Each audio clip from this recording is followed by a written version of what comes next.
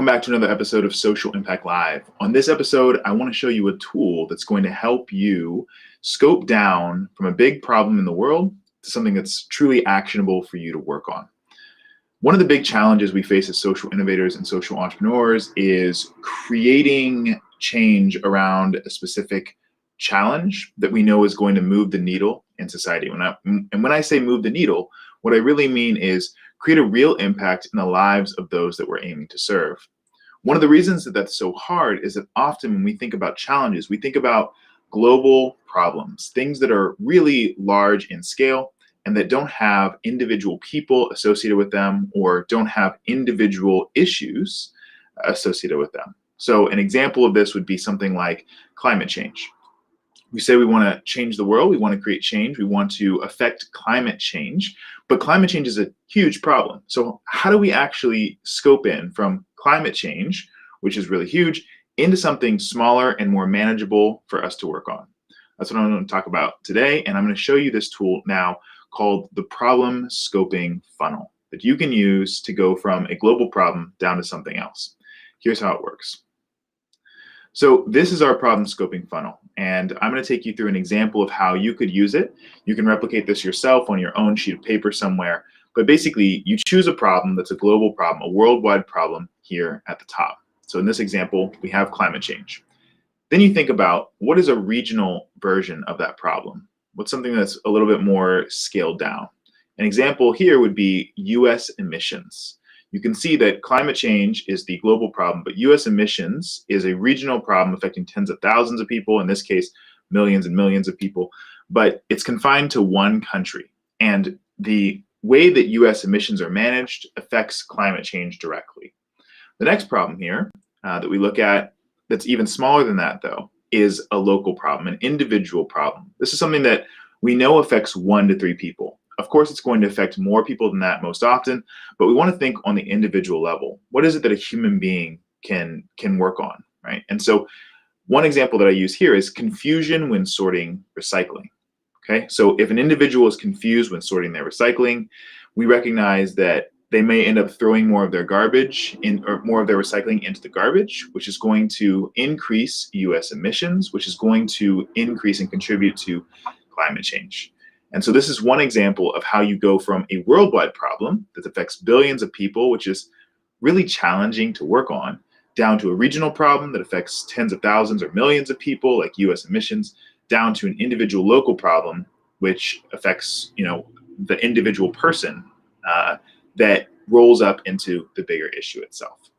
I want to give you another example so that you can really make sure that to really be sure that you understand this sort of framework, and then set you off to go about doing it yourself. The next one is poverty. So let's imagine my goal is to reduce poverty in the world. Well, it's challenging to really know who I'm reducing poverty for and what that means. It looks so different in so many places all over the world, right? Poverty in sub-Saharan Africa, poverty in Latin America, poverty in Asia, poverty in North America, those all look very different.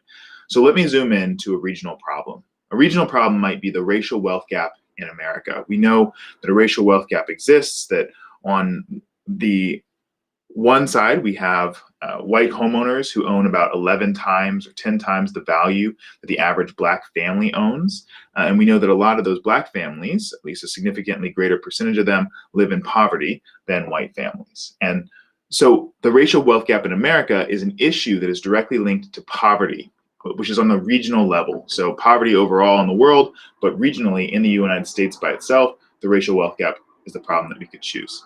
But if we drill in even deeper than that, we say, well, what is it within the racial wealth gap that's so challenging? Which issue within that do we want to focus on?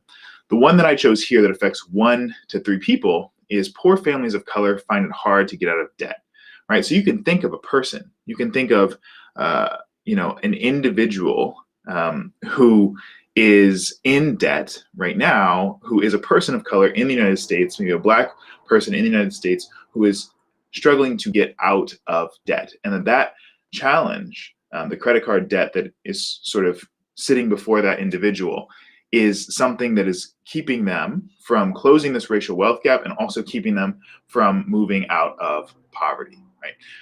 The key here is that we start to recognize that there are a lot of different things that could go into these boxes. Once you've chosen a big problem like poverty, there's a whole bunch of smaller problems that you could put into the regional one, and you can just map all those out on different funnels. And there's a whole bunch of other smaller problems that go into each of those regional ones that you can map out here too. So instead of saying poor families of color find it hard to get out of debt, I could have talked about the challenge of finding employment for many people of color in America.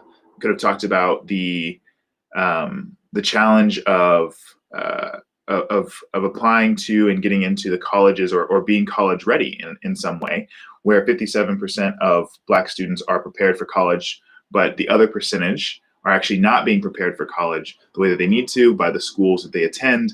And that comes actually down to the funding models for how those schools function, right? So as you start to fill out this funnel, what you start to recognize is that there are nuances to the problems that we want to face. You want to address poverty, but you need to understand the context within which poverty exists. You need to zoom in to a place that's a little bit more manageable, something regional, right, which could be at a national level, it could be at a state level, but then you also need to zoom in even further and say, well, what are the specific challenges individual human beings are facing that are keeping them from moving out of or overcoming that situation, right? When we start to focus in on those specific pieces, we can then pick one that feels like it's going to really move the needle for people. We can pick an issue that we feel like, okay, if we can address this for 1 to 3 people, and it turns out that actually addresses that issue for millions of families, for example, then we can really begin to change this issue with the racial wealth gap in America, and we can begin to affect poverty in the world as a whole, okay? So that's the way that I think about scoping problems from this really big level down to something that's more manageable. And I thought I would share that with you today. Hopefully that's something that's useful for you as you go about creating change in the world. If this was useful for you, please do like, follow, and subscribe. If you think there's someone else who would benefit from knowing how to scope a big problem, they've got big ideas all the time, but how do they actually get moving on those ideas? If you think this would be useful for them, please do send this to them. Please share this. I look forward to talking with you again tomorrow on Social Impact Live with another episode, more tips and tricks for how you can create meaningful, lasting, and really essential change.